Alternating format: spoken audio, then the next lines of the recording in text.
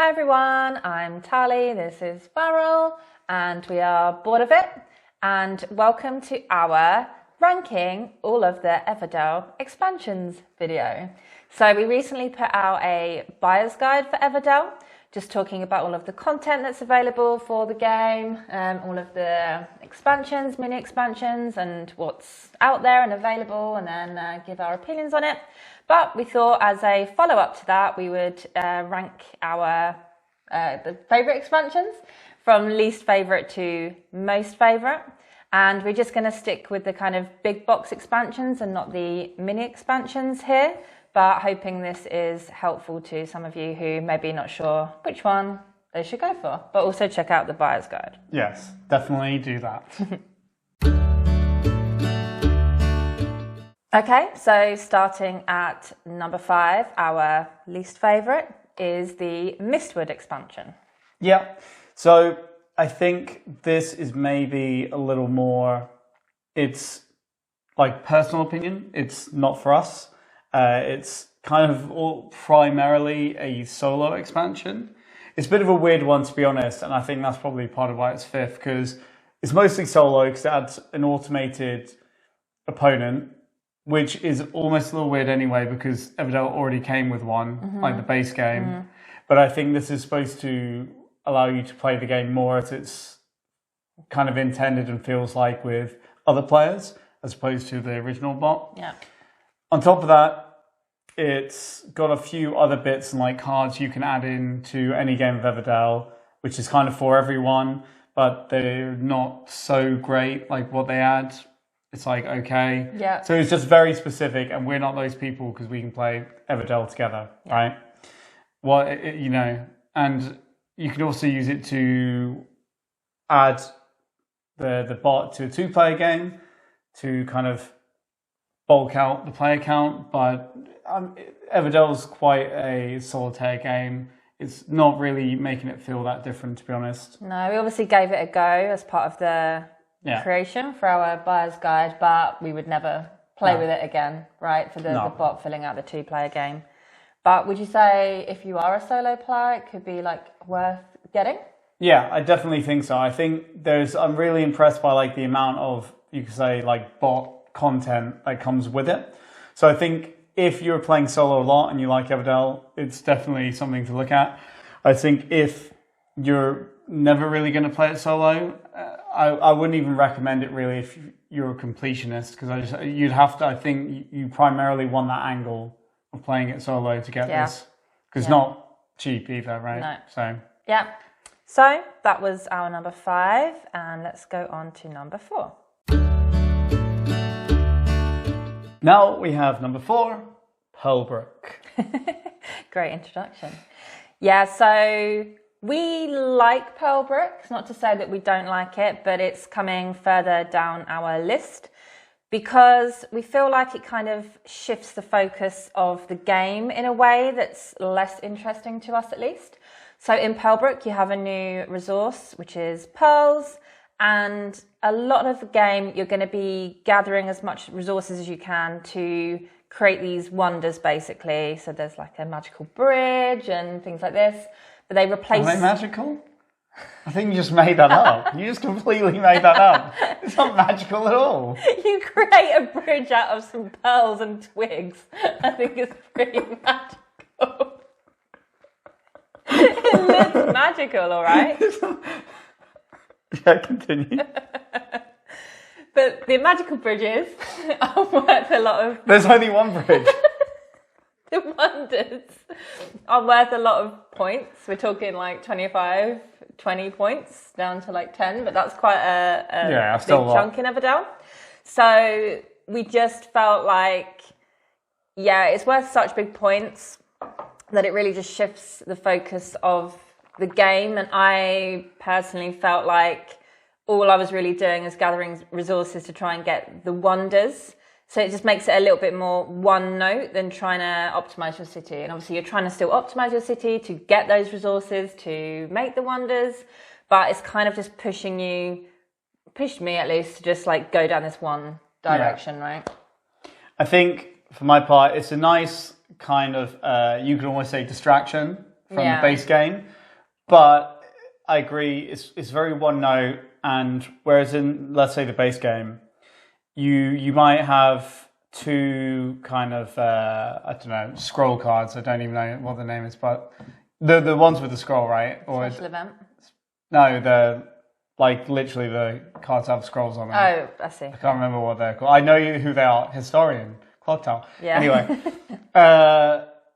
yeah, those ones or whatever. It doesn't matter. Insert any kind of card. But if you have like two of them, you can be like, okay, if I get one more, I'll get that basic event, and then you start doing that.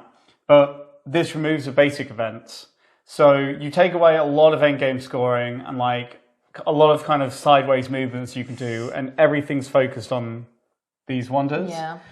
And I think what we said in the buyer's guide as well, for me, I think it's something that would be probably more interesting with a full 4 players. But when you start dropping down, if you're 2 players, 25 points and 20 isn't that big a difference. Whereas 25 points and 10 is a big difference. Yeah. So suddenly it's much more critical to like race for them. Right, yeah, the race but in element. 2 players, you can just do whatever you want and just have enough left over at the end. Yeah. Done. Also introduce more randomness, because where you send your new frog ambassadors out, they basically, the spots are like face down and you flip them and you'll get a pearl when you first do that. So it's like, okay. But if you flip it over, it could be anything. And you will either be able to do that action because you can also do it, or you won't, in which case you just get a pearl, that's what you've done, right? But if you're in a situation to do it, you can get even more pearls, and then suddenly you're like ready to build the wonder right away because you locked into it. And Yeah. I think randomness was already a bit of an issue with the cards, and it makes it worse. Yeah. Yeah? Yeah. Anything else to say about Pearlbrook? I just think it's not terrible, right? Don't get us wrong. I think the adornments, these little cards you get, are interesting that you can spend pearls on to get like in-game powers. I think it adds new cards which are okay to the main deck, but it was just one for me that I don't know the longevity of it. Like, I wouldn't want to play it that often, No. and I think it would get samey after a certain amount of time. Yeah. So we like it, but just one of our least favourites. But let's move on To one of our not least favourites, our middle favourite. Okay, so in at number 3, we have the Bellfaire expansion. And this definitely, I mean, it's really funny because it's kind of like a middling expansion as well. And it's like right in the middle. And because it's just a more stuff expansion, you're just getting kind of more of everything. It's fleshing out the game a little bit. It's not doing anything crazy. Most of it's like within the base game rules. It's not like the other ones where it's adding whole new boards, and well, this one does have a board, but it's not like a big one. And new mechanisms. It's kind of for people who really like Everdell and just want more variety. And that's the thing, it just sits in the middle. It's like not that interesting, but it's probably something you would want if you're really into Everdell. Yeah. I don't know, what do you like about it? Yeah, no, it's nice. Quite like the market. Yeah. Like the new market board. So it has a new board where you can like trade in and out for goods, which is pretty fun. I think that's probably my favourite part. So a little bit more, so like expensive to go there. Not expensive, but I don't know what I'm trying to say. You get more when you first go there, basically. So you could get like some twigs and some cards as well, but then you can trade back out as well and then spend resources and cards, right, to get points. So it's more like... Yeah, and also any resources. So it's like you're probably paying more, but you're getting a bunch of points and some resources. So it can be quite good. Yeah, I think that's quite fun. It's smart. And I think the more players you have, the more interesting it gets. Because you've got like people going there, and then because you can only go once per season. So when other players have been there, then you can like trade back and get these points and resources. So I quite like that. It adds some new, it's like a new basic event, like feels like it's been there the whole game. You have the Golden Awards, which is kind of like whoever has the most of this will get points at the end of the game, second most. Fun. So that's quite nice. And then the one thing we didn't like was the player powers. I think that was the only minus point. Yeah. where you get these asymmetric player powers. So you get dealt a card and it's like, blah, blah, blah. You get this bonus during the game, or this is free for you, or do this. And we just found that, particularly because for every new critter meeple they put in, they have a new power for it. So you end up with like 23 different powers if you have all the expansions, and they're not that balanced. And some are like really great, some are not. Some are dependent on there being a lot of players, so they won't work well too. And it's just a bit of a mixed bag. And the worst part was you lose a worker. Yes, yeah, that was a bit, frustrating. I didn't really understand like why. Yeah, I guess it's because the bonus is supposed to like give you such a leg up that it's otherwise it'll be too easy and you just fill city in the third round. But I think we both agree that if you get like one that's not so great, it's not then worth the loss of that worker, and you're at a disadvantage to someone who has like something that's quite good. I think it's like a nice idea in a way, though. You know, it's something easy to mix up the game that wasn't there before in a way. But just not our favourite thing. Cool. Should we move on? Yeah.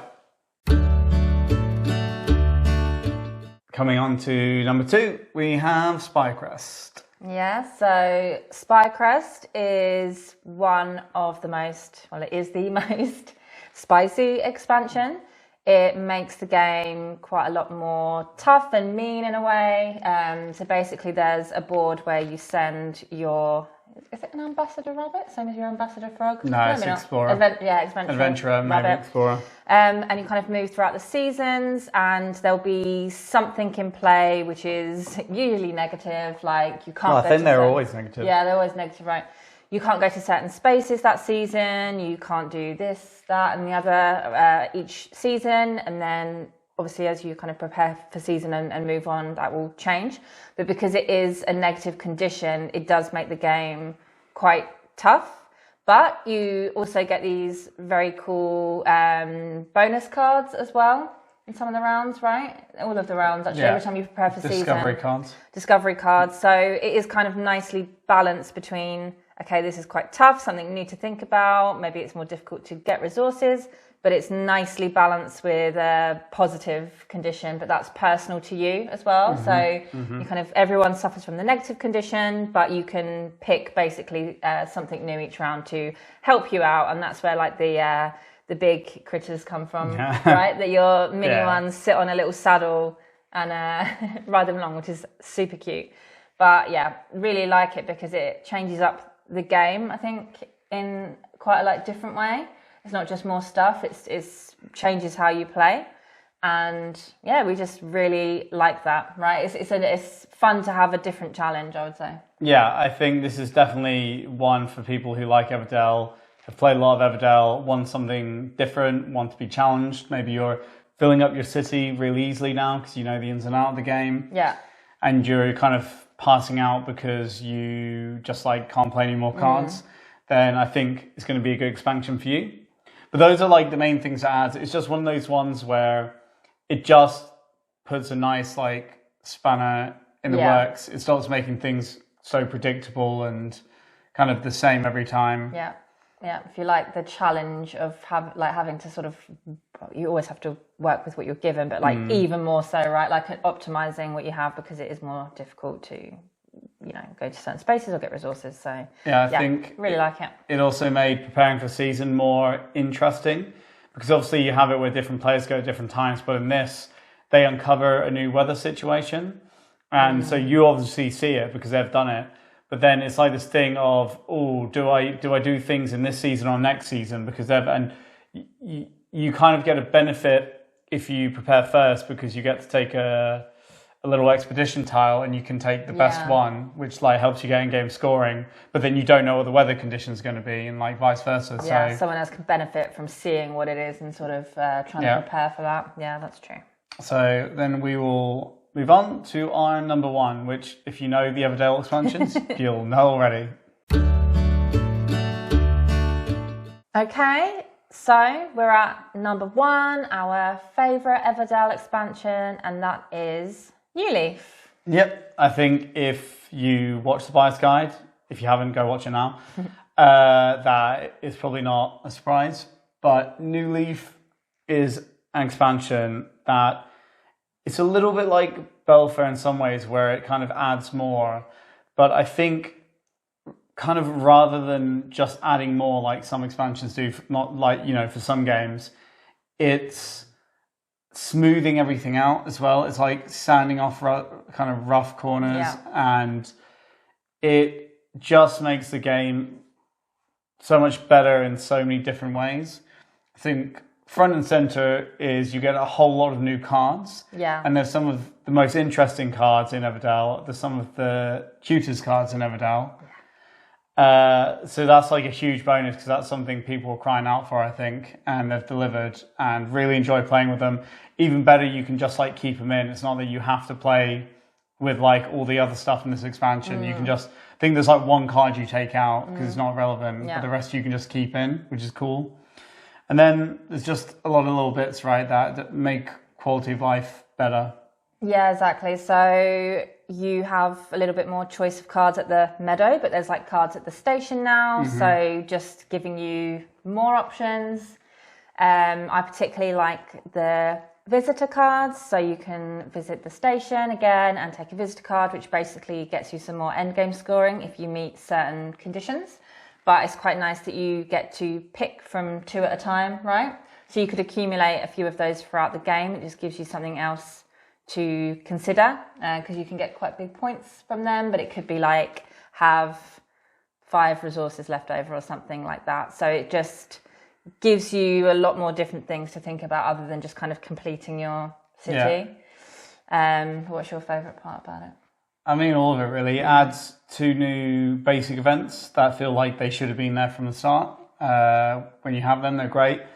I like the fact that you also have stuff that you can also play in any kind of game Everdell. You get the reservation token, which one problem always was the randomness of Everdell, and that sometimes maybe there's even a card in the meadow you want, but you kind of have to pay it to play it. Yeah. And now you have reservation token, you throw it on there, and you get to take that card, and it costs 1 resource less, which is like quite big. Yeah. It makes the game easier for you to kind of make these combos. Then you have the train ticket, where you can also really fun. Move like twice in the game. You can move a worker from somewhere to another place to get the train. And obviously that can be really huge and can give you like a big boost when you need it. Yeah. I think it makes the first round much more interesting, because you don't have to, but I think you usually always will use that train ticket in the first round because you have so few workers. That's true. But I think I think that's a really nice addition as well, more flexibility. Yeah, it just gives you, again, just these other things to think about in a way. So it's more like, should I do this, do that, like more to think about, I would say. So maybe if you've played Everdell a lot, that will make it a lot more interesting for you, because it's not just about optimizing your city. There's all these like little side pieces that you still have to fit together, but they're just kind of on the side. So as I said before in previous video, like I was maybe a bit over Everdell and then didn't play it for a long time, and played it because we backed Newleaf, we got it, and we're like, well, let's try it out. And Newleaf really revitalized my interest in it, because everything was just so great and just becomes a better game. Like, I would almost not play ever without the majority of Newleaf stuff. It would be my preferred expansion to play, so on and so on. Yep. But so that was our ranking of the big Everdell expansions.